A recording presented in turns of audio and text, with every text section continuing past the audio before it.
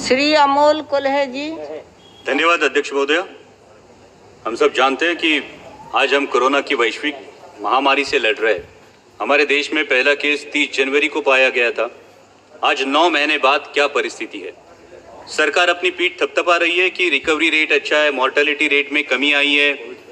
इसके लिए मैं सरकार का अभिनंदन करता हूं, लेकिन इन आंकड़ों के पीछे छुपकर हम इस सच्चाई से मुंह नहीं मोड़ सकते कि आज तक कोरोना की बीमारी की वजह से 90,000 देशवासियों ने अपनी जानें गंवाई है। 90,000 डेथ्स,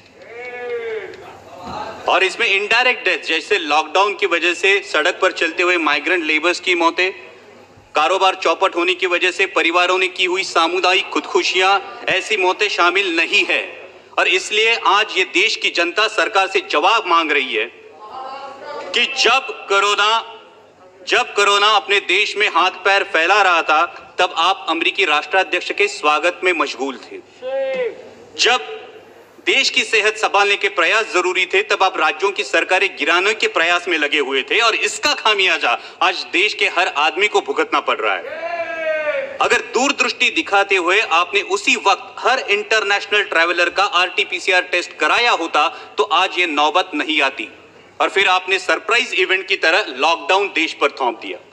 लॉकडाउन लगाते वक्त ये नहीं सोचा कि इसे फेज्ड आउट मैनर में भी लॉकडाउन किया जा सकता है। ये नहीं सोचा कि मार्च के महीने में कोरोना का स्प्रेड सिर्फ शहरी इलाकों में था, ग्रामीण इलाकों में नहीं। और नहीं आपने लोगों को तैयारी करने का अवसर दिया, थोप दिया देशव्यापी लॉकडाउन। परिणाम स्वरूप किसानों के हाथ से फसल चली गई, कईयों की रोजी रोटी चली गई, माइग्रेंट लेबर्स को सैकड़ों किलोमीटर पैदल चलना पड़ा। लोगों ने बच्चों को बिस्कुट खिलाकर, पानी पिलाकर सुला दिया, लेकिन आप पर विश्वास रखकर उन्होंने उफ तक नहीं की। फिर आपने कहा तालियां बजाओ, हमने तालियां बजाई, थालियां पीटी, घंटानाद किया, शंख ध्वनि किए, दिए भी जलाए, हमने सब किया, आप पर विश्वास रखकर किया। और विश्वास ये था कि सरकार पूरी जिम्मेदारी से कोरोना की रोकथाम करेगी। आज भी oxygen bed, ventilator, ICU bed की उपलब्धि के आंकड़े जोर शोर से बताए जाते हैं अध्यक्ष महोदय, लेकिन वास्तविकता क्या है? आज देश के आम आदमी को हॉस्पिटल में बेड पाने के लिए, ऑक्सीजन बेड, वेंटिलेटर उपलब्ध कराने के लिए दर दर की ठोकरें खानी पड़ती है। कई अभागी देशवासी ऐसे हैं कि जिन्हें रास्ते पर दम तोड़ना पड़ा है। क्या देश ने आप पर विश्वास जताया था, उसका यही फल आपने देश को दिया है?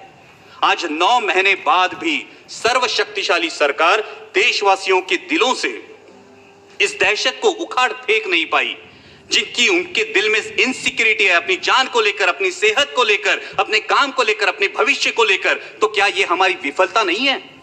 आज कोरोना की मृत्यु संख्या में देश विश्व में दूसरे पायदान पर है अध्यक्ष महोदया, और फास्टेस्ट ग्रोइंग केस लोड में हमने अमेरिका और ब्राजील को पीछे छोड़ के पहला पायदान प्राप्त कर लिया। क्या यह भूषणावह है हमारे लिए?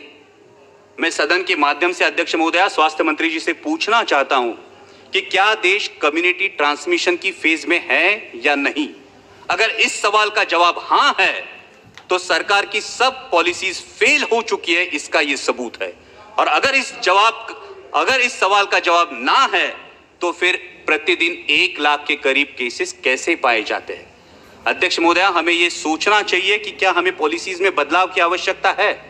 अब तक हम individual case identification, contact tracing और क्वारंटाइन के बजाय अब हम जियोग्राफिकल स्प्रेड ट्रैकिंग और उस एरिया में पर्याप्त आरोग्य सुविधा डिप्लॉय करने के बारे में क्या हमें सोचना चाहिए? आज कोरोना से जो युवा उभरे हैं वो प्लाज्मा डोनेट करने के लिए रेडी है, लेकिन मैं स्वास्थ्य मंत्री जी से अनुरोध करूंगा कि ICMR का अब तक प्लाज्मा डोनेशन के लिए, प्लाज्मा थेरेपी के लिए क्लियर डायरेक्टिव्स नहीं है। वही बात सलाइवरी टेस्टिंग की है, और वही बात औषधों के दरों की है। आज फैबीफ्लू ले लीजिए, आज रेमडेसिविर ले लीजिए, आम आदमी के जेब के पहुंच से ये दवाइयां आज भी बाहर है, इस पे विचार होना चाहिए।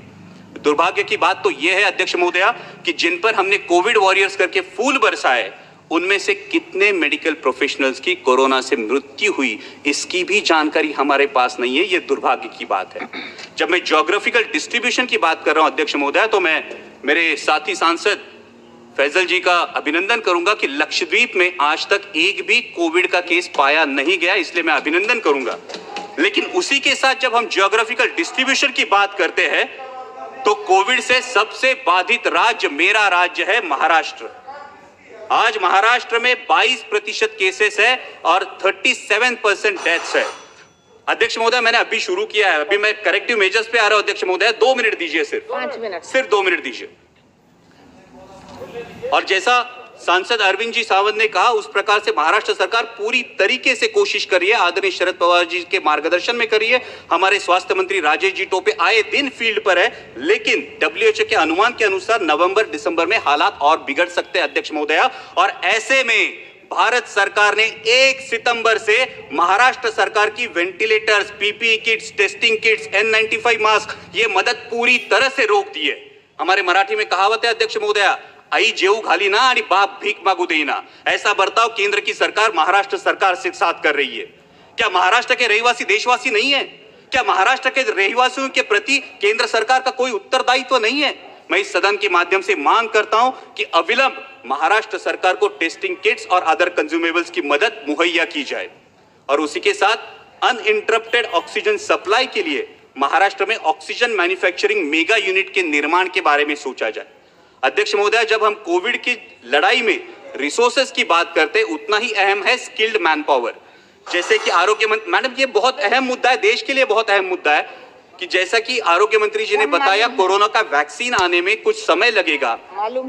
तो इसके लिए हमें सिर्फ 2 मुद्दे, इसके लिए हमें स्किल्ड मैन पावर की जरूरत पड़ने वाली है और इसीलिए जो नेशनल हेल्थ मिशन के रेट्स है, उन रेट्स में आसानी से स्किल्ड मैन पावर उपलब्ध नहीं हो सकती। इसलिए नेशनल हेल्थ मिशन के रेट्स को रिवाइज किया जाए ताकि और ज्यादा स्किल्ड मैन पावर इस कोरोना की लड़ाई में इन्फ्यूज की जा सके और उसी के साथ बहुत बहुत धन्यवाद एमसीआई के माध्यम से